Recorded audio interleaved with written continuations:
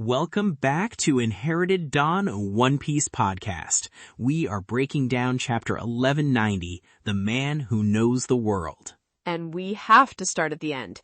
An arm. Another legend bets an arm on Monkey D. Luffy. It's the price of admission. It's the cost of believing in the future king.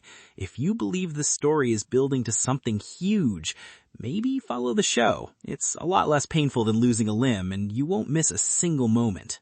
A much smaller sacrifice. Let's start from the beginning of the end. Right, so the chapter kicks off with this massive clash between Scopper Gaban and Emu, and the shockwave itself, the force of their meeting, cuts down the tree that Luffy was pinned to. The swords just get knocked right out of him. It's not even a direct rescue. It's the side effect of two huge powers crashing into each other. Gaban is right away on a level where he can fight the final villain of the story. It's not just a simple block. We have seen top-tier characters clash before. We saw Roger and Whitebeard stop short of each other and the sky split open. This was different. This was Gaban's axe meeting Emu's weapon directly, metal on metal. And the result was not just a sound, but a physical shockwave that tore through the area. The tree itself is important. This is Elbath. The trees here are ancient and huge.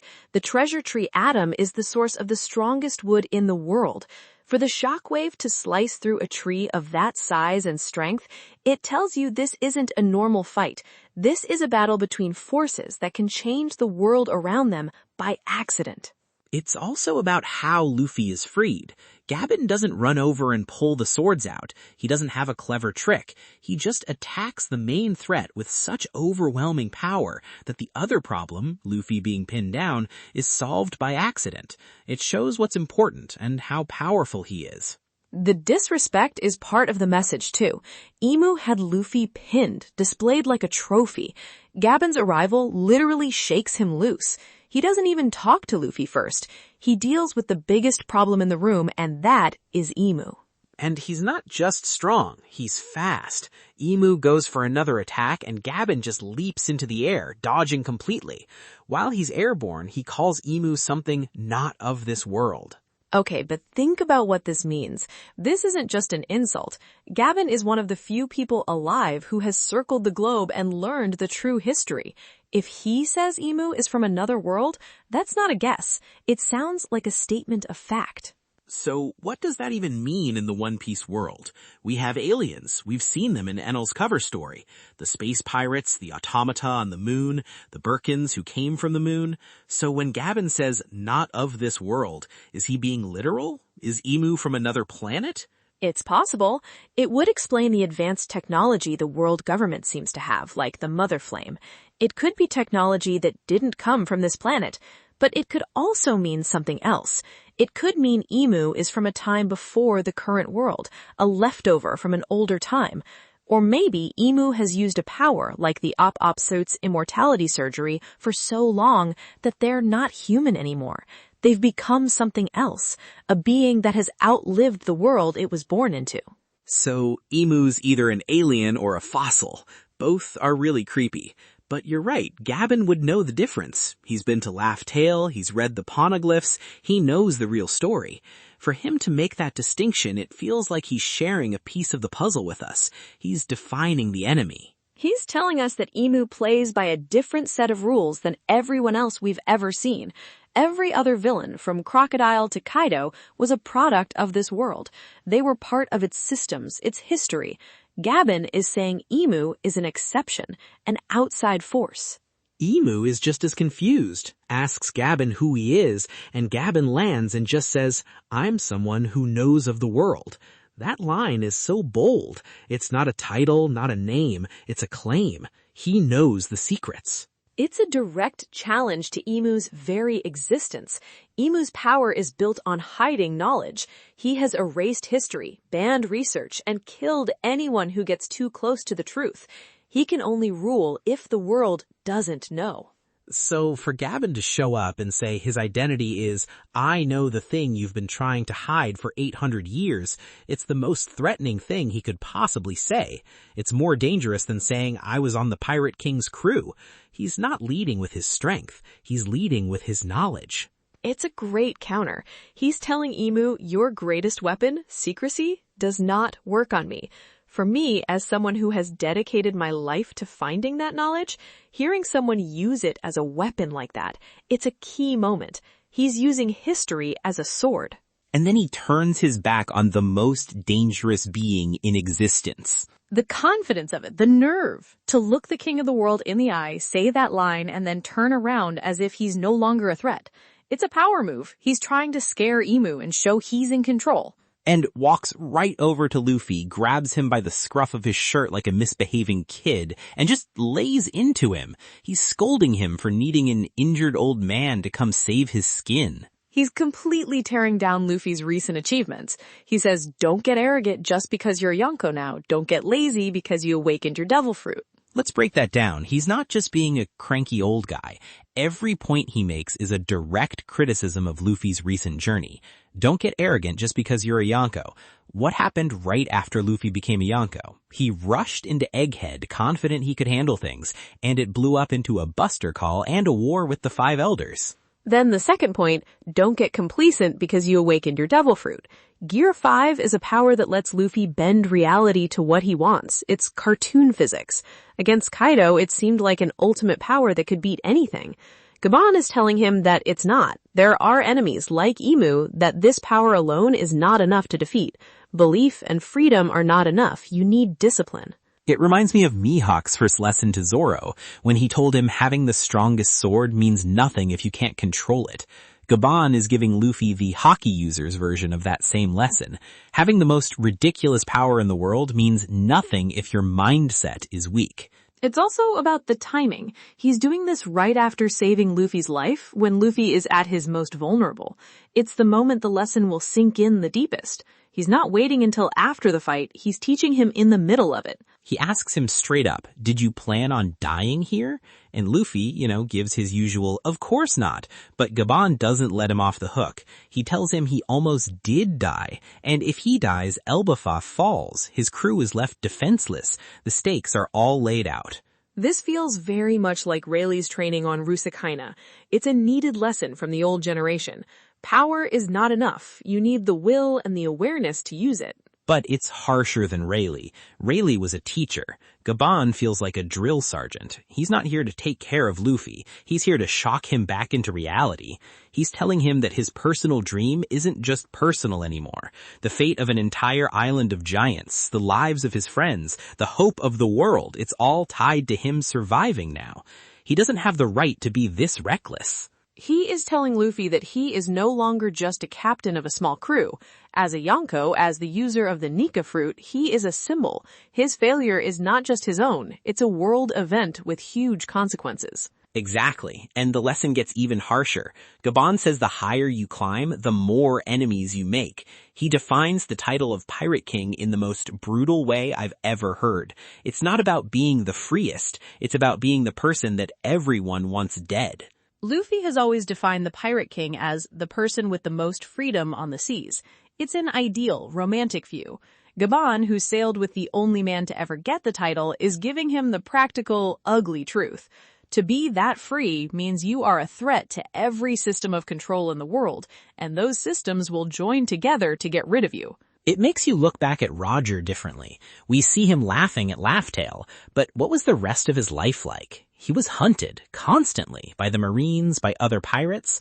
Gaban is telling Luffy that the throne of the Pirate King is not a comfortable chair. It's a target, the biggest, shiniest target in the entire world. Because that throne sits at the top of the world, it's the ultimate target. Gaban is forcing Luffy to face the consequences of his own dream. If you want total freedom, you have to be ready to face everyone who stands against you. Gaban tells him if he thinks this is going to be easy peasy, he should just go home. He's not cut out for this life. And after all that, he just chucks Luffy out of the way so he can have a clear shot at Imu. It's tough love. He's not just saving Luffy's life. He's trying to save his dream by reminding him what it will actually cost. He's not asking Luffy to give up. He's asking him to wake up, to understand how serious the path he's on, and to treat it that way. Luffy is furious, of course, but the fight is back on. Gaban unleashes an attack, Kamakiri Buppo, Toro Bai. Imu blocks it and asks Gaban if he's seriously trying to protect this kid. And Gaban confirms it. He says the very fact that Imu wants Luffy dead so badly is the entire reason he's protecting him. He says it's because Luffy reminds Imu of Joy Boy. He's throwing Imu's own fear right back in his face. He's not just fighting Imu, he's taking him apart psychologically. He knows exactly what buttons to push. This isn't a battle of raw power anymore. It's a battle of ideas, and Gaban is using Imu's 800-year-old paranoia as a weapon against him.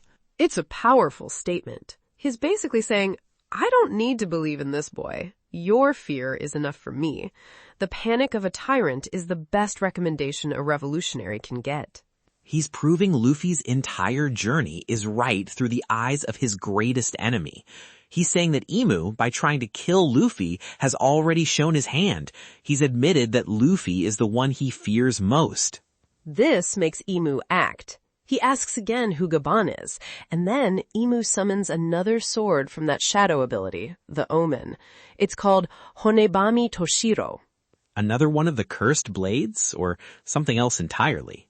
The name seems important. Honebami Toshiro. The name sounds like it means something like Bone Eater.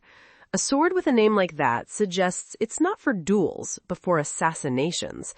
It sounds like a blade that could cut you without you even feeling it. So this is a weapon for silent, deadly attacks, a fitting weapon for a Shadow King. It's not a conqueror's weapon like a giant club or a supreme-grade sword. It's an assassin's tool. It tells you everything about how Imu sees combat. It's not a duel, it's an execution. It also makes you wonder where it came from. We know of the Kitetsu line of cursed swords. Is this part of another, even more scary collection? A set of weapons held only by the highest power in the world? We see Imu use an axe named after a headless giant from mythology, and now a sword that sounds like it eats bone. These are not noble weapons. They're weapons of killing and fear. They're weapons that fit a villain who rules from the shadows and erases people from history. It's a fitting match. Imu demands to know what Gaban knows about him and the world, and Gaban's answer cuts right to the heart of it. He says he knows the words of Joy Boy. But he's not a follower. That's the key. He says he has no plan to follow the words of a man he never met. His motivation is simple, to see his captain's dream come true. This is a really important difference. It makes his reason for fighting personal and very loyal. He's not a follower of some ancient prophecy. He's not fighting for Joy Boy. He is fighting for Roger. He is here because of his love and respect for his captain. It puts the Roger Pirates' legacy in a new light. They weren't just adventurers who found the truth by accident. They inherited a will, a story from Joy Boy, but they made it their own. Roger's dream was probably inspired by Joy Boy's words, but it was still his dream, and Gaban's loyalty is to the man, not the myth. And then he says the name. He tells Imu his captain was Gul D. Roger. The whole world shifts in that moment. You can feel it. This isn't just some random strong old man. This is a living piece of the most legendary crew in history standing on the front line. The name Roger still carries enough power to stop the king of the world cold. The name itself is an act of defiance, because as we immediately learn, that's not the name Imu wants the world to know. Imu hears the name Roger and it triggers a memory. We see a flashback to him personally ordering Roger's name to be changed. He ordered the world to call him Gold Roger.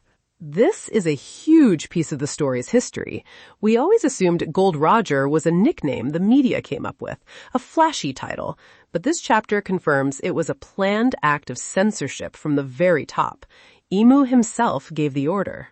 He tried to erase the D. It wasn't the world government's idea. It wasn't some 5 elders policy. It was Imu, from the very top. He personally tried to hide the will of D from the world, starting with the Pirate King himself. This isn't just a policy, it's personal. He has a specific grudge against the D. It confirms that the D is a direct threat to Imu's rule, and now a member of that crew is standing in his way, protecting the next generation of D. It connects Roger's journey directly to Luffy's. They aren't just following the same theme. They're 2 separate problems for the same ancient, immortal ruler. Emu demands to know why a member of that long-dead pirate crew is protecting Luffy. He says it was such disgust, as if they're just a footnote in history. A fistory that he writes. He thinks he erased them, or at least their true name and purpose. He can't understand why this leftover from the past is still getting in the way of his plans. Gaban's response shuts him down completely. He says Emu's own actions are the only answer he needs. Your attempt to kill him is all the answer I can give. That line changes the whole dynamic. He's saying, you see the threat. You know who this kid is. Your panic is all the proof I need. It proves everything right. He's using Emu's fear as the final confirmation of Luffy's destiny. It's solid logic. He's telling Emu, you're the king of the world. You know the true history. If you, with all your knowledge, believe this kid is a big enough threat to kill personally, then who am I to argue? You've done the work for me. You've identified the chosen one. He then says this is what Roger meant. This proves what Roger said long ago about how they were too early. We've been hearing that line since Sabaody. Odin said it in his flashback. Rayleigh said it to us. But to hear it from Gaban, spoken directly to Emu as the reason he's fighting, it just hits different. It's the whole point of the story after the time skip. He's connecting the dots for Emu, and for us. The Roger pirates found Laugh-Tale. They learned the true history, but they were missing key parts. They didn't have the ancient weapon Poseidon. Shirahoshi hadn't been born yet.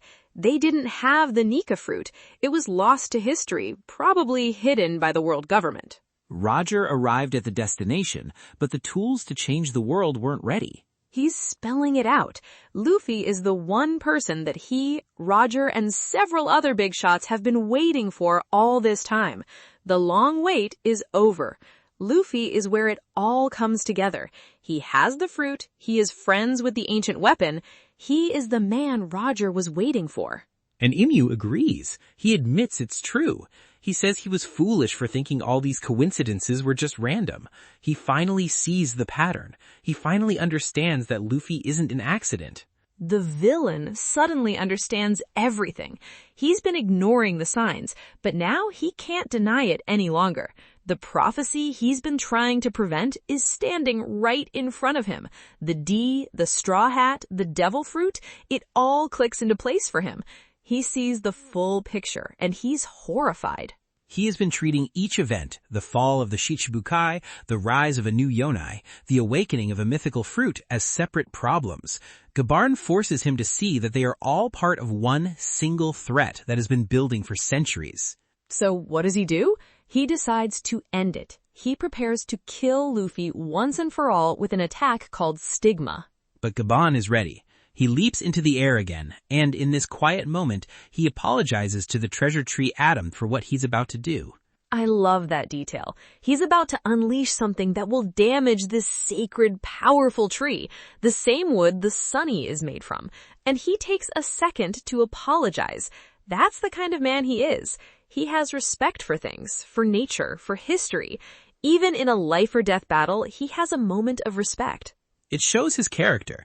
He's a creator, a craftsman, much like you, Franky. He understands the value of the wood, but he also understands that sometimes, to protect the future, you have to break parts of the world. It's a necessary sacrifice. He even complains about his old joints hurting from the jump. It's such a human moment. He's a legend, but he's also an old man. It makes his strength even more impressive. He's doing all of this, even though age has worn out his body. Then he unleashes it, a move called Kamuseri. It's a blast of Supreme King's haki, a pure wave of conquerors. It's so powerful that Emu is forced to block with both of his weapons, the axe of Shingtian and the new sword, Honebami Toshiro. We have seen Conqueror's haki used to scare people, to knock out fodder. We've seen it put into attacks, the Black Lightning. We've seen it split the heavens. But this is different. This is a pure, directed blast of will, like a cannonball made of ambition. It's a raw, wild display of haki. And it works. It stops Emu's named attack cold. This tells us Gaban's haki is on the same level as the strongest people we've ever seen. Shanks, Roger, Whitebeard. He's in that club. The attack doesn't just stop Emu, it shatters the branch of the tree they're standing on. The entire battlefield is collapsing. Gaban's apology wasn't for nothing. The force of his will is breaking the strongest wood in the world. Gaban asks Emu if he's really so insistent on believing in Luffy, and Gaban, while unleashing a flurry of axe strikes, says Emu is the same. He believes just as hard in his own power. He's saying they're two sides of the same coin, two men driven by a total, unshakable belief. One in the future, one in keeping things the same. Gaban's belief is in the next generation, in a dream his captain started. Emu's belief is in himself, in the eternal order he has created. It's a clash of two faiths. The branch completely gives way. It starts falling down into the underworld, and Luffy looks down from where he was thrown. And he sees Gaban lying on the ground. His left arm is gone. It's been completely severed. That moment right there, it's the ultimate echo. Shanks gave his left arm to save Luffy from a Sea King, betting it on the new era. Now, Scopper Gaban has given his left arm to save Luffy from the King of the World, betting it on the new dawn. It's a pattern, a ritual of succession almost. The old generation paying a physical price to make sure the next one gets their chance to change the world. And it's the same arm, the left arm. This cannot be a coincidence. It feels like such a deliberate parallel in the story. The situations are so different, but the sacrifice is the same. Shanks saved a child from a fish. It was an act of faith in a boy's potential. Gaban just saved a Yonko, the warrior of liberation, from the god of his world. It's the same bet, but the stakes have been raised as high as they can go. The dialogue from Shanks echoes here. It's just an arm as long as you're safe. Gaban doesn't say a word, but the image says it for him. It's the price he was willing to pay. A limb for a dream. His own body in exchange for Roger's will to continue. It's the weight of that promise. Gaban didn't just block an attack, he paid the toll. He put his own body on the line, just like Shanks, to make sure Luffy's journey continues. That's what it means to believe in someone. It's not just words, it's action, it's sacrifice. And we just saw one of the greatest legends make the ultimate one. The chapter ends on that image. Luffy watching from above, seeing the cost of his own survival. He saw what Shanks sacrificed for him as a child. Now, as a man and a Yonko, he is witnessing it again. He must understand now more than ever the debt he carries. It's a debt of flesh and bone. What a heavy, heavy chapter. If Gaban's sacrifice for the future moved you, drop a like on the video to show some respect for a true legend. Thinking back, this chapter changes how we should see the entire journey of the Roger Pirates. We always saw them as the crew that succeeded, the ones who found the One Piece and became legends. But Gaban changes their whole story. They weren't the winners, they were the messengers. Yeah, you're right. They didn't finish the job. They found out what the job was and realized they couldn't be the ones to do it. Roger's execution wasn't an ending. It was the starting gun for the race to find the person who would come after him. And his crew, every single one we've met, has been watching and waiting for the right person to cross the finish line. Crocus at the Twin Capes, watching over Laboon and waiting at the entrance to the Grand Line. He tested the Straw Hats' determination and character. Rayleigh at Sabati, in the middle of the world, saving them from an admiral and training their captain. And now Gaban at Elbath, at what feels like the final war, facing Emu directly. They weren't just living out their retirement. They were standing guard at key points in the world, waiting to play their part. They're like pieces on a chessboard that Roger set before he died. He knew he couldn't win, so he put his strongest pieces in defensive positions to protect the one who could.